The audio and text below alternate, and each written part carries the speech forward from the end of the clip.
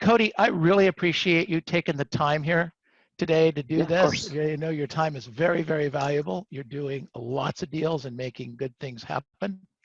How's the market in general? You're in the Salt Lake City market, correct? Yeah, Salt Lake in Utah County. How's that? So How's just south of Salt that Lake. virus affecting you guys? You know, it's kind of been interesting. We have our inventories down 11% from last year, but our sales are up 8%. Wow. So we just have more of a housing shortage than than we did Than before. you had last year. Exactly. So things are moving quick. So good. yeah. Good. So tell us a little bit about your background, Cody, where you approached the business for a little different. You were on your way to another career, weren't you? Yeah, I was. I was actually in the pre-med program at the University of Utah, is what I was doing. Okay. And go ahead. I was going to say, so I married Brittany, which is John's daughter, John Hart's daughter, which you know John very well. Uh-huh. And she told me when we got married, I'll never marry a real estate agent, is what she told me. And so I went to a Mike Ferry retreat in January of 2016. And I remember watching, Hal Swayze up on the stage, Neil Weichel up on the stage, Karen Bernardi. And I kept thinking to myself, good Lord, if they're making, $2, $3, $4 million a year selling real estate, I won't even make that a year being a doctor, right? And I'm going to be, $1 million plus in medical debt. So I actually decided when I got home from San Diego that year to drop out of med school, pre-med. My parents almost had a coronary when they found out I was dropping out of school. And I got my license in June of that year and then just went at it full time from that point. So June of 16? Change. Yeah, June of 2016. June of 2016. So in June of 2016 and to the rest of the year, how many listings you take? How many deals you do? My first year, right now, or my first year, sorry. First year. First year I did 29 deals. My first year I made $250,000. My second year I did 45 deals. And then last year I did 62 deals. And this year I'm on track to do 100. 100 transactions. So basically 3.5 years? Yeah, 3.5 years. This is my fourth full year selling. I guess you could look at it that way. Okay. All right. Cool. Very cool. So most of the source of business, where does your business tend to come from, Cody? We do a lot of for sale by owner here in Utah. That's a heavy part of our market. In fact, my first year, 80% of my business was for sale by owner. Okay. Which was, obviously I wasn't, working my COI as good as I should have, or the expired market. And then it kind of started to transition my second and third year to where I'm doing probably 30% FSBO, 30%, expired, and probably 40% COI, past clients. Okay, good. So you actually, past client in Sphere, because you didn't have any past clients 4 years ago. Mm-mm. You had some friends that were going to be doctors and from college and stuff. Yep. So essentially, 40% of your business on 100 deals, that means 40 of your transactions this year are probably going to be past client Sphere that were generated over the last couple of years. That's exactly right. In fact, 12 of the 25 that I've closed year to date so far were a COI, and there were 12 condos that he had developed and I listed and sold. So that's just a good example. And that was somebody that was a for sale by owner for my first year in real estate. And it was like one condo or something? What was the, no, 4 years ago, what was the deal? It was a single family home for $525,000. And I sold it to a cash buyer from California. And then from there, it just kind of kicked off the relationship. And I'm actually doing two more complexes for him later this year. So had he always been a builder and this was just a spec home? Is that how you connected? No, so it was actually so they bought homes in poor condition and foreclosure or whatever it was, and then they'd flip them, live there for a couple years and then sell them. So this was just one of them that he had been working on and flipping. And I got in touch with his wife, Andrea, who said, I am sick of talking to real estate agents. And I think it was just real estate's about timing. So she invited me over. Ty showed up. I sold the house for, $30,000 more than they were asking for sell by owner. And like I said, that then kicked off the relationship. That's been very prosperous. Fantastic. Wow. Yeah. That's great. Good for you. Good job. So, so did you start working your past client sphere from day one? Not really. I mean, I called them even before I got my license. John told me to just start calling them and letting them know that I was getting into COI or into real estate, excuse me. But I never really worked them the way that I should have, having them in lists, your A list, your B list, calling them quarterly, sending out emails. I wasn't doing any of that until probably about a year and a half ago, was when I really started to work on improving that system. Oh, that's great. Good stuff. And then you said the other 60% of your business comes from for sale by owners and expireds. Tell us a little bit about that. So, John here is a very heavy Mike Ferry office like you are, Neil. You walk in the door and the first thing he tells you, if you don't pick up the phone, you're not going to make it. So, that was essentially where, that's what I was told from the very beginning, was just pick up the phone and call. That's the only way you're going to get good at this.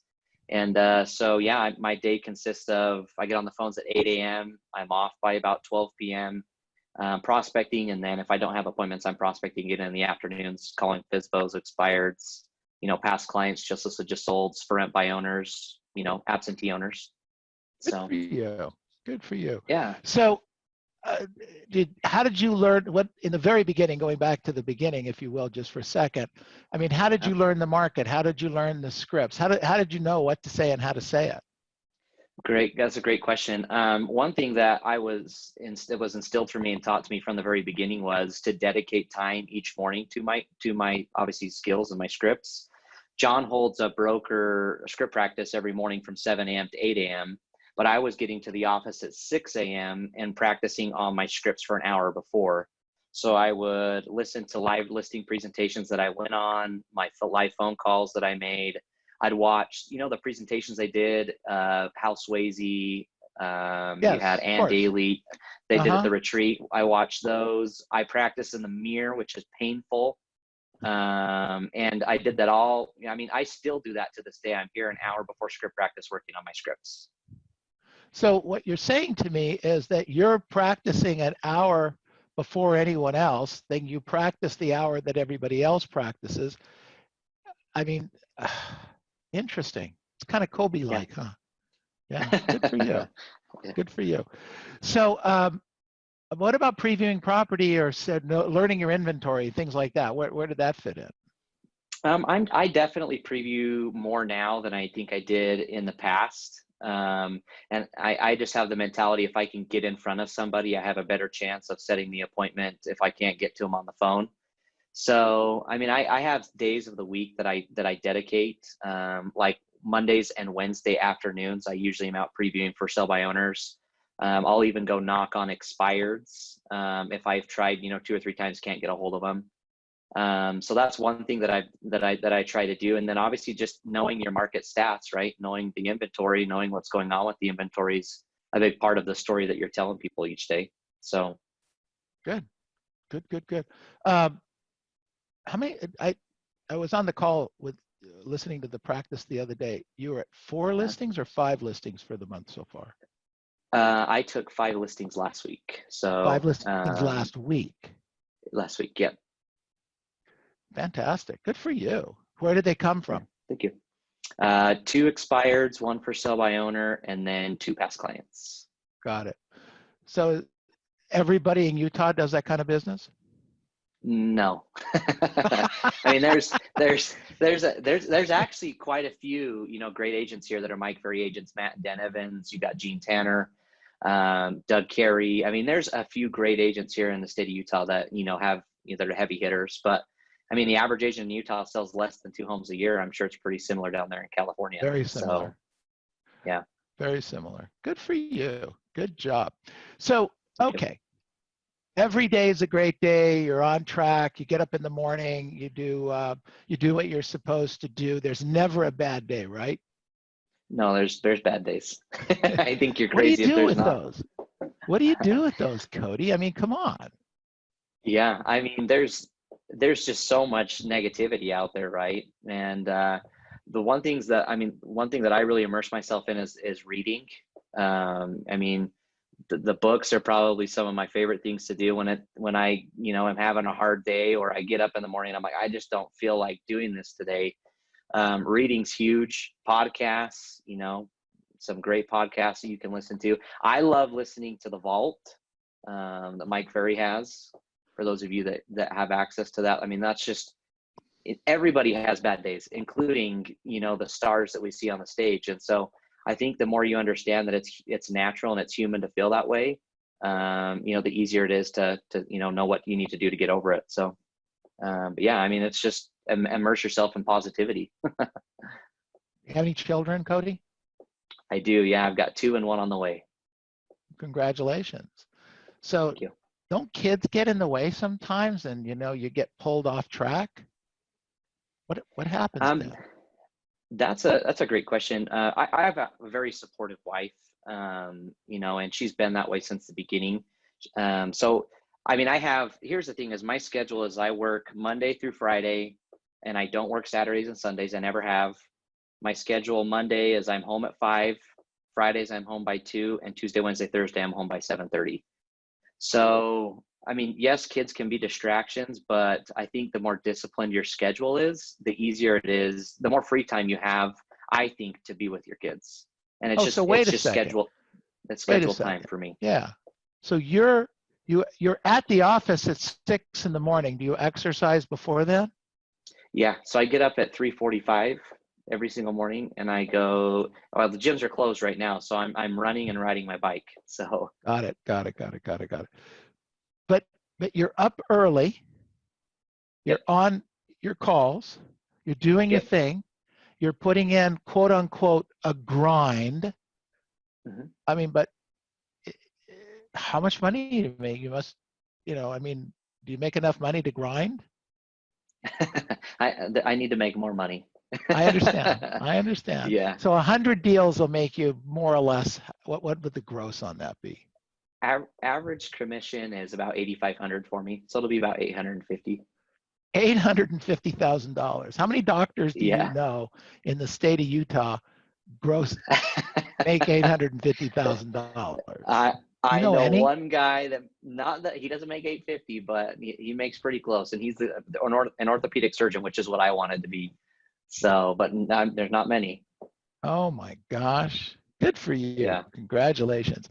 Okay, so the biggest issue is staying in the game. I mean, you can do it for a day or a week or a month, and in the beginning, you probably had some distractions and some things, and why am I doing this, and weren't getting the traction. How'd you stay in the game on that stuff? Keep your head in the game. I grew up playing sports at a very high level. Is one thing that John always talks about. My dad teaches tennis professionally. I played tennis at a high level as well. So for me, at an early age, I was taught the discipline, right, of sticking to it even though it gets hard or you have a rough day or whatever it is. So for me, that's what it just comes down to, is just the understanding that it's not going to happen overnight. It takes time, it takes dedication, it takes patience.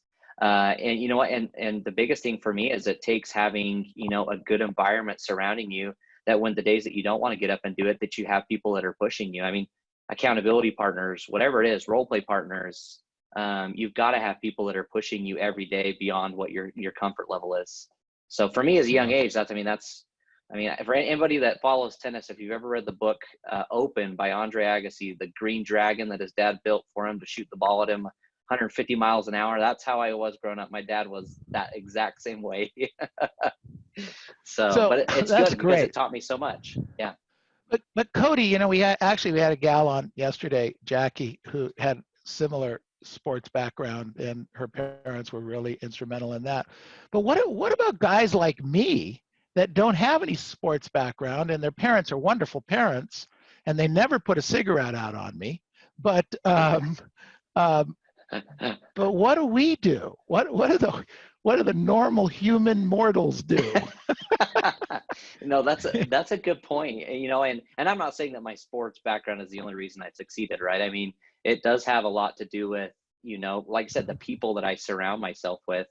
I mean, I am fortunate to have walked into a brokerage that is so Mike Ferry, you know, driven, so Mike Ferry ordered that, I mean, I don't know any other way other than the Mike Ferry way, right? You know, which is prospect, attend appointments, negotiate contracts. That's my only responsibility.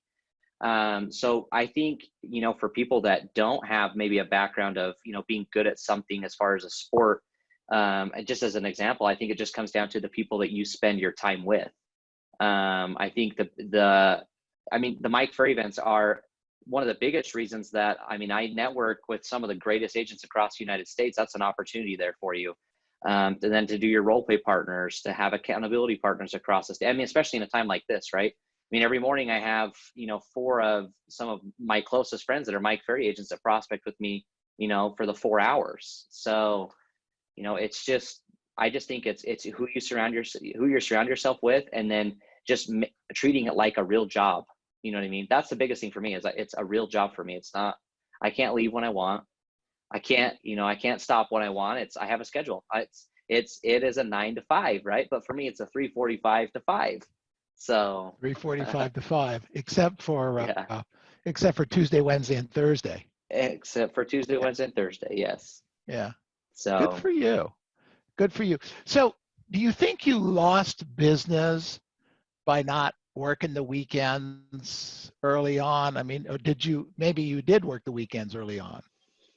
No? I told myself from the beginning that I wasn't going to work. That was just my schedule. I'm Monday through Friday, and that's my availability. And I made that decision from the beginning because, I mean, when I first got started, my oldest son was born, so that was important to me. My family is, you know, extremely important to me. So I just made that decision from the very beginning that, you know, that's what's going to happen. So that's what I'm gonna do. Good for you. Did it cost me business? You know, I don't know. I don't know if there's a way to track that, but the point is I think the less time that you have to work, the more efficient you are with your time. Oh, interesting. Um, Okay. because I think if you open up your schedule to open all day long every single day, then you're not as efficient with your time, you know, or as dedicated with your time as you could be, in my opinion. So to get bigger, you have to get smaller, is what you're saying. You have to I look at it crunch that it way. Yeah. down. Yep. Interesting. More efficient. More efficient. Good for you. Mm-hmm. Good job. Okay. So you're working the business, you're getting started, you're getting better, you're going from 20 to 40. I mean, sorry. You went from 30 to 45. What did you have to do to go from 30 to 45, or maybe better from 40 to 60? What changes? I think first thing that I think changed was how efficient I was with my time, because I still have the same time each day to work that I did when I first started, right? But it's how much am I getting out of every hour of the day is something that John, my broker here, and you know, has really pushed me to monitor and watch. So I think that's one thing, is just how efficient I am. But the other part of it is the skills. I didn't have the skills 3 years ago that I have now, right? So just naturally, the more skilled I am, the better, you know, the more capable I am of doing more business in less time. So let me ask you a question on that. You spend a lot of time practicing, clearly. You said, and you seem to do that now. I mean, how do you justify that? I mean, how do you quantify spending another hour or two? Sounds like 2 hours a day, maybe more. I don't know. Do you do any other practicing during the day? I'm that 7 to 8 with the brokerage, and then I have that hour before obviously script practice, and I'll have an occasional role play in the afternoon. But sometimes that hour before script practice is one of my role play times, right? Got it. Or even sometimes on some days, I just step out of script practice a half hour early and I have a role play, right? So I'm consistently that 2 hours a week, or 2 sorry, hours a a day is day. what I'm putting in. Yeah. Yeah.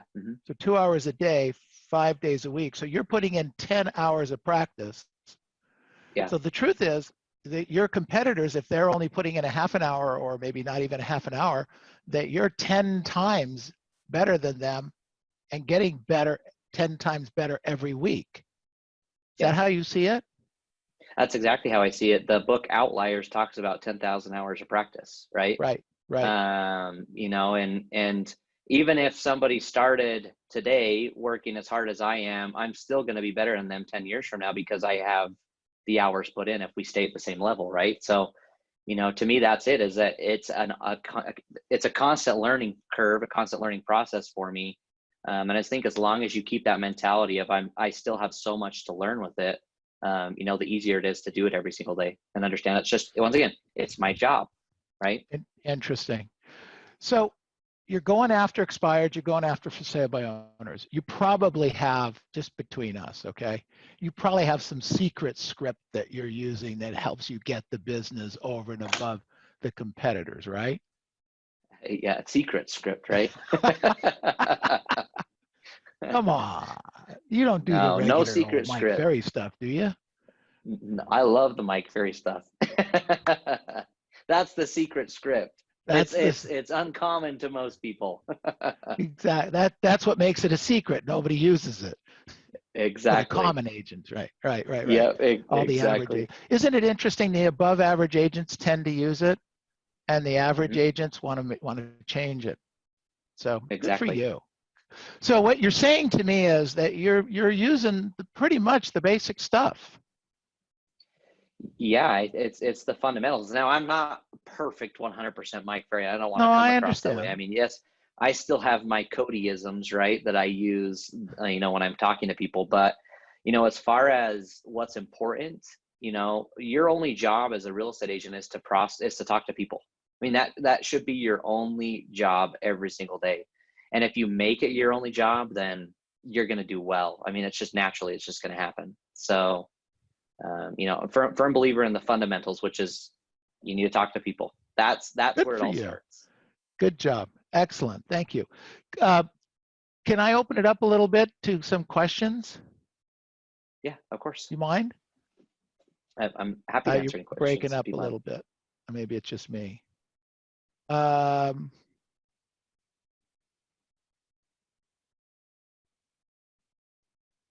Are you there, Cody? Yep, I'm here. Can you hear All me? right, I think we settled down. Okay, let's open it up to some questions, please. Anyone have some questions of Cody this morning? I have a question. Sure, This go is ahead, Yeah. Tess. Tess. Cody, so my question to you would be this. I'm, for doing, from 30 to 60 to now doing 100. So when you started, did you actually started with, obviously, did you have an assistant?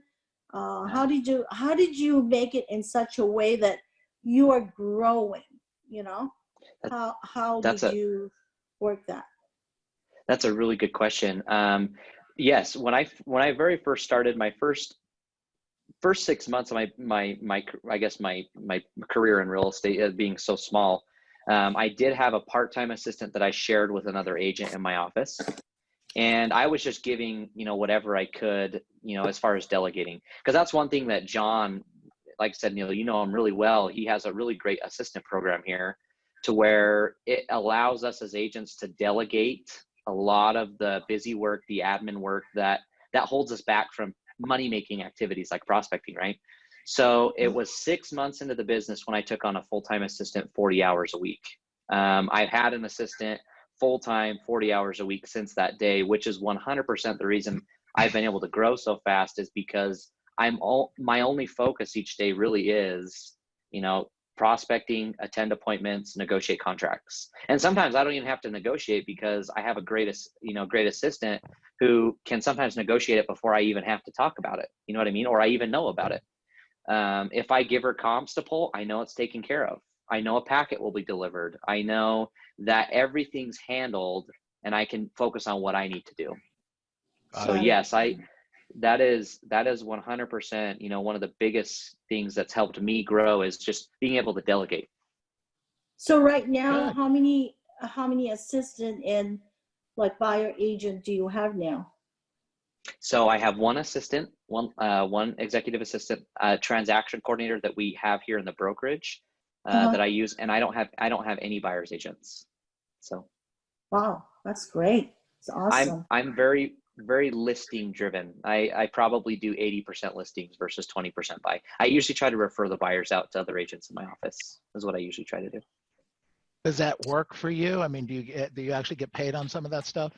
Yeah, it actually works really well. We do like a 33, 33, 33. So 33% to me, 33% to the buyer's agent, and 33% to the broker, which actually makes more sense financially than paying, you know, just taking a referral fee for doing it.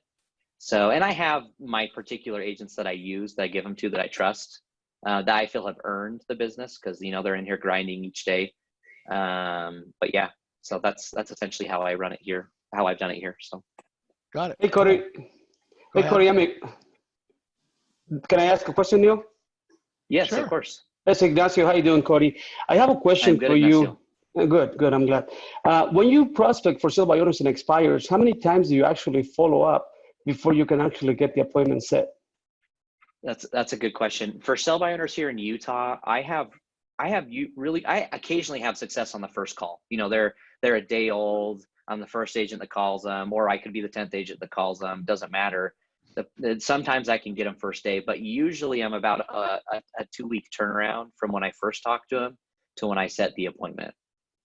So, and like I said, I think real estate's about timing too, right? So the more touches you have with these people, then the more likely you're to be the front runner, you know, for them to interview, because you're doing the follow-up, right? So it requires a lot of follow-up with them. Yeah.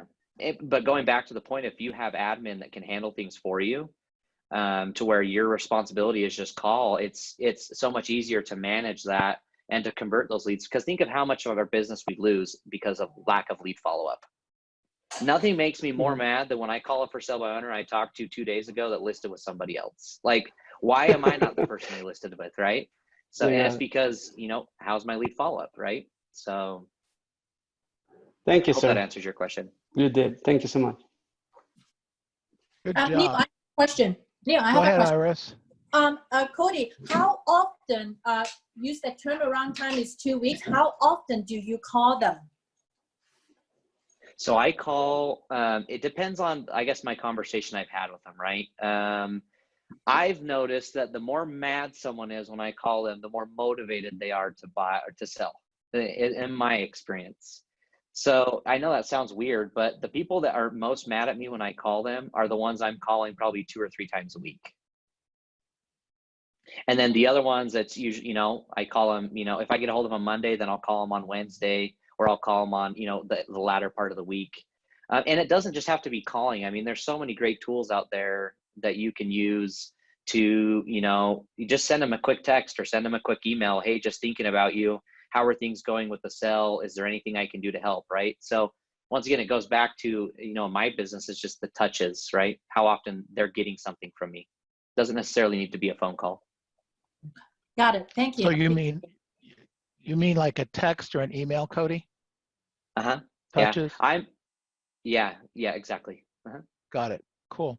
So I had a question here from Pat Billings. He said, are you working a farm area? I don't work a farm area. I mean, there's certain areas that I do like to work, you know, higher end areas that I, you know, send mailers to, or, you know, I'm constantly calling there. I mean, and honestly, it's the area I grew up in, which is a place called Alpine. Average sales price is probably 700,000 or 800,000, right? So, but as far as a geographical farm, I'm not like working a farm, if that makes sense. If you want to call what I'm doing working the farm, then that's okay. But yeah, I'm mostly, you know, just prospecting, you know, calling for sell by owners, expireds, etc. Great. So. Excellent. And how about a CRM? Are you using Top Producer or something like that? So I have one called Follow Up Boss. I don't know if you guys have ever heard of Follow Up Boss. Yeah. a really, really great tool. I have Wise Agent that I switched from Wise Agent to Follow Up Boss. I still have Mojo, which I use, you know, because I had it for 3 years, almost 4 years. So I have so many people in there that I just keep kind of the contact list in there for notes and stuff. But yeah, most of my stuff is just Follow Up Boss, because I can do anything I want from Follow Up Boss: texts, email campaigns, drip campaigns. I mean, I can do all of it right from there. So Got it. And your lead sources are expireds, for sale by owners, and past client sphere. Yep. And then I do a lot of investors. So, you know, multifamily investing, as well as there are a ton of for rent by owners here. So we do a lot of for rent by owners as well. Great. Good job. Been a great source for us. Excellent. Yeah. Good. Other questions? I have a question. Yeah. Hi, Cody. I was just wondering Hi. how do you manage your lead follow-up, and do you have a system in place? Yeah, that's a great question. My assistant does a lot of it. So when I'm talking to people, she's seeing people go into Follow Up Boss. She's seeing my notes. So whatever I'm putting in my notes, she's then scheduling and coordinating my follow-up. So I show up, like this morning, I showed up and I had a list of like 20 people that were follow-ups that she had put together and put on my desk, right? So my admin, my assistant helps me a lot with that, because like I said, it's so hard to forget about all the people that you talk to, right? And like you could have the best lead that you know is gonna list in the next week, and somehow you freaking forget about it, right?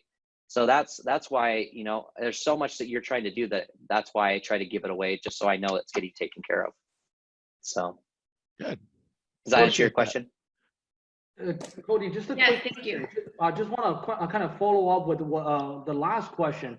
You said you have a system that once you receive the lead, you will just import that to Follow Up Boss, and your assistant will kind of handle it from there. Is that what you're saying? Yeah. Yep. So I just put in my notes, you know, if I want them on an email campaign, or when I need the follow-up to be scheduled, send them this email, send them this information, that kind of a thing. My assistant's taking care of all of that. Got it. I appreciate you. Got it. Cody, where you get your phone numbers from? So I kind of go overboard with lead sources. I know you might all laugh at me, but I have RedX, and I pay for Onyx. So you've got to pay for the best lead quality. So Onyx, I have Vulcan 7, and I also have Land Voice. Now I do share some of those with another agent in my office, because whether, you know, he buys it or I buy it, we all get the same leads.